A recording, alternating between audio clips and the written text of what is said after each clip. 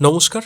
বাংলা বাড়ি প্রকল্পের দ্বিতীয় কিস্তির টাকা নিয়ে এই মুহূর্তে সবচেয়ে ব্রেকিং এবং গুরুত্বপূর্ণ এক আপডেট ব্লক অফিস থেকে এসেছে। রাজ্য সরকারের তরফ থেকে দ্বিতীয় কিস্তির 60,000 টাকা নতুন রিপোর্ট, পেন্ডিং লিস্ট অর্থাৎ আপনাদের নামের লিস্ট এবং প্রশাসনিক নির্দেশিকা প্রকাশ করা শুরু হয়েছে রাজ্য সরকারের তরফ থেকে। আপনারা অনেকে প্রশ্ন করছিলেন, প্রথম কিস্তির টাকা পাওয়ার এতদিন পরও কেন দ্বিতীয় কিস্তির 60,000 টাকা আপনাদের ব্যাংক অ্যাকাউন্টে ঢুকছে না? আপনার নাম কি নতুন পেন্ডিং লিস্টে আটকে রয়েছে? আপনার নাম কিভাবে এই লিস্টে আসবে, কবে আসবে? আপনার নাম কি খুব শীঘ্রই আসতে চলেছে এবং আপনার অ্যাকাউন্টে কবে টাকা ঢুকতে চলেছে? আজকের এই ভিডিওতে আমি আপনাদের সরকারি নিয়ম, প্রশাসনিক আপডেট এবং মাঠ পর্যায়ে গ্রাউন্ডে রিপোর্ট বিশ্লেষণ করে আপনাদের বোঝাবো। তাই ভিডিওটি 1 সেকেন্ড স্কিপ না করে প্রত্যেকে ভিডিওটি শেষ পর্যন্ত দেখুন, কারণ ভিডিও শেষ অংশে এমন একটি পয়েন্ট নিয়ে কথা বলবো যা ভুল করলে আপনার 60,000 টাকা চিরতরে আটকে যেতে পারে। ভিডিওটি শুরু করার আগে চ্যানেলে নতুন হয়ে থাকলে অবশ্যই সাবস্ক্রাইব করে পাশে থাকা বেল আইকনটি প্রেস করে দিন, আর ফেসবুক থেকে দেখে থাকলে পেজটি ফলো করে রাখুন। এবার আসা যাক মূল বিষয়ে। প্রথম কিস্তির টাকা পাওয়ার পর যে সমস্ত উপভোক্তারা বাড়ি নির্মাণের কাজ শুরু করেছেন তাদের ফাইল এখন জেলা ও ব্লক স্তরে নতুন করে স্ক্যান করা হচ্ছে। বিভিন্ন জেলার প্রশাসনিক আধিকারিকরা এখন কাগজপত্র এবং আপনার বাড়ির বর্তমান ছবি অর্থাৎ জিও ট্যাগিং রিপোর্ট মিলিয়ে দেখছেন।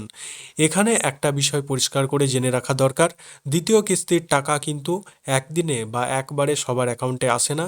এটি ধাপে ধাপে ডিবিটি ব্যবস্থার মাধ্যমে সরাসরি উপভোক্তার লিঙ্ক থাকা ব্যাংক অ্যাকাউন্টে পাঠানো হয়। যাদের প্রথম কিস্তির পর বাড়ি তৈরি করার যে একটা লেভেল অর্থাৎ কারো লিন্টেল বা এই যে পর্যায়, এই পর্যায়ে যারা শেষ করেছেন তাদের ফাইলই কেবল অনুমোদনের পর্যায়ে নিয়ে যাওয়া হচ্ছে। সবচেয়ে বেশি যে বিষয়টি নিয়ে সাধারণ মানুষের মনে বিভ্রান্তি ছড়িয়েছে তা হলো নতুন পেন্ডিং লিস্ট।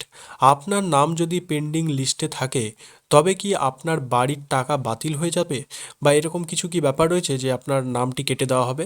উত্তর হলো একদমই না। পেন্ডিং লিস্টে নাম থাকার অর্থ হলো প্রশাসন আপনার আবেদনটি পুনরায় কিন্তু ওটি খতিয়ে বা যাচাই করে দেখতে চাইছে। প্রধানত যে কারণগুলির জন্য দ্বিতীয় লিস্টের টাকা পাবেন না সেগুলি আপনারা দেখে নিন। অর্থাৎ প্রথম কিস্তির টাকায় কতটুকু বাড়ির কাজ আপনারা করতে পেরেছেন সেটি স্পষ্ট থাকা প্রয়োজন। অস্পষ্ট হলে কিন্তু আপনাদের এই লিস্টে কিন্তু আর নাম নাও আসতে পারে। দ্বিতীয়ত, নথিপত্রের অসঙ্গতি অর্থাৎ আধার কার্ডের সঙ্গে ব্যাংক অ্যাকাউন্টের সংযোগ সমস্যা এই ধরনের এবং জমির নথিতে ভুল থাকা সবথেকে বড় বিষয়। যে জমির বিভিন্ন পর্চা বা আপনার নিজস্ব জমি নয় এই ব্যাপারেও কিন্তু একটা সমস্যা তৈরি হচ্ছে। এবং তৃতীয় হলো জিও ট্যাগিং রিপোর্ট, পোর্টালে ফটো বা তথ্য সঠিকভাবে আপলোড না হওয়া। সুতরাং পেন্ডিং লিস্টে নাম থাকলেই আতঙ্কিত হবেন না। সঠিক নথি বা ছবি ব্লক অফিসে জমা দিলেই আপনার ফাইল আবার আগের নিয়মে চালু করা হবে। দ্বিতীয় কিস্তি 60,000 টাকা ছাড়ার আগে এখন ডায়মন্ড হারবার, ফলতা, মালদা, মুর্শিদাবাদ, উত্তর দিনাজপুর সহ বিভিন্ন জেলায় কড়া ভেরিফিকেশন চালানো হচ্ছে। সরকারি আধিকারিকরা বাড়ি বাড়ি গিয়ে সেই তদন্ত কিন্তু করছেন। কেন এই কড়া ভেরিফিকেশন করা হচ্ছে?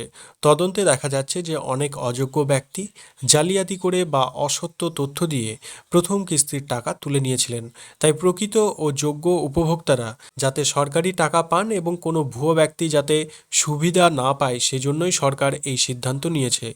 আধিকারিকরা এসে আপনার বাড়িতে মূলত যে বিষয়গুলি দেখছেন, এক, প্রথম কিস্তির টাকায় সত্যি আপনি বাড়ি নির্মাণ করেছেন কিনা বা আপনার বাড়িটি তৈরি হয়েছে কিনা, এবং দ্বিতীয় নম্বর হচ্ছে বাড়িটি নির্ধারিত ধাপে যেমন লিন্টেল বা ছাদ লেভেল পর্যন্ত পৌঁছেছে কিনা বা আপনারা সেই কাজ করছেন কিনা। তৃতীয়ত, উপভোক্তার দেওয়া যে তথ্য সেই তথ্যের সঙ্গে বাস্তব পরিস্থিতির আপনার মিল আছে কিনা।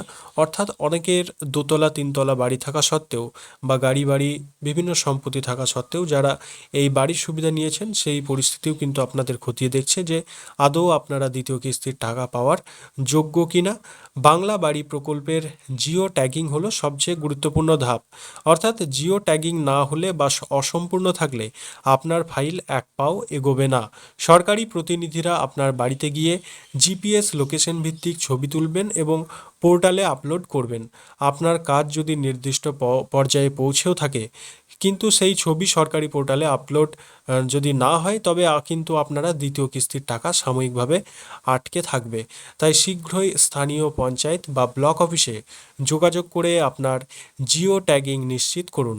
আপনার যদি প্রথম কিস্তির টাকা অনেক আগেই চলে এসে থাকে কিন্তু দ্বিতীয় কিস্তির টাকা যদি এখনও পর্যন্ত আটকে থাকে, তাহলে আপনার জন্য 3টি সবচেয়ে গুরুত্বপূর্ণ করণীয় কাজ, যেগুলি করলে আপনার এই লিস্টে কিন্তু নাম এবং দ্বিতীয় কিস্তির টাকা আপনারা পেয়ে যেতে পারেন।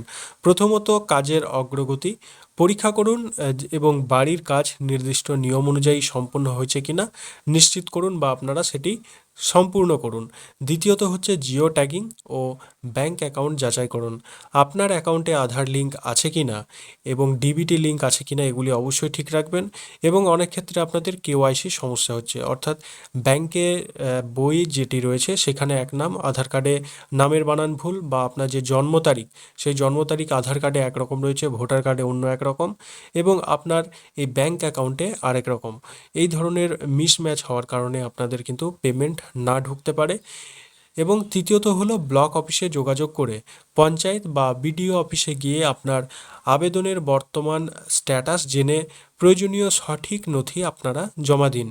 ভিডিও শেষে একটি গুরুত্বপূর্ণ সতর্কবার্তা: বিভিন্ন এলাকায় দালাল চক্র বা প্রতারকরা দ্রুত টাকা পাইয়ে দেওয়ার নামে মানুষের কাছ থেকে টাকা দাবি করছেন।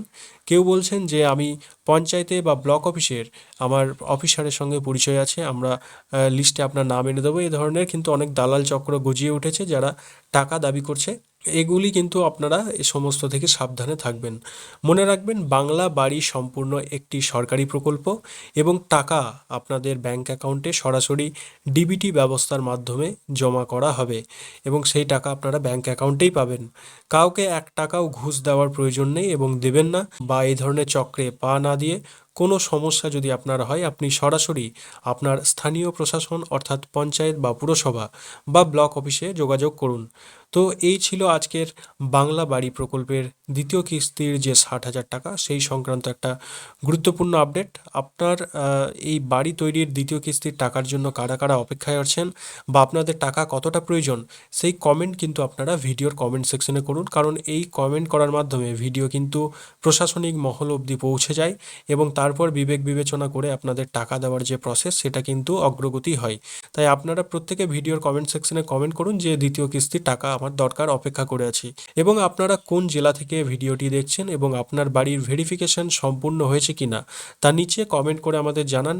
ভিডিওটি ভালো লাগলে চ্যানেলটি সাবস্ক্রাইব করে সঙ্গে থাকুন এবং ফেসবুক থেকে দেখলে অবশ্যই পেজটি ফলো করে রাখবেন। প্রত্যেকে ভালো থাকুন, সুস্থ থাকুন। দেখা হবে পরবর্তী কোনো এক আবার গুরুত্বপূর্ণ ভিডিওতে। ধন্যবাদ।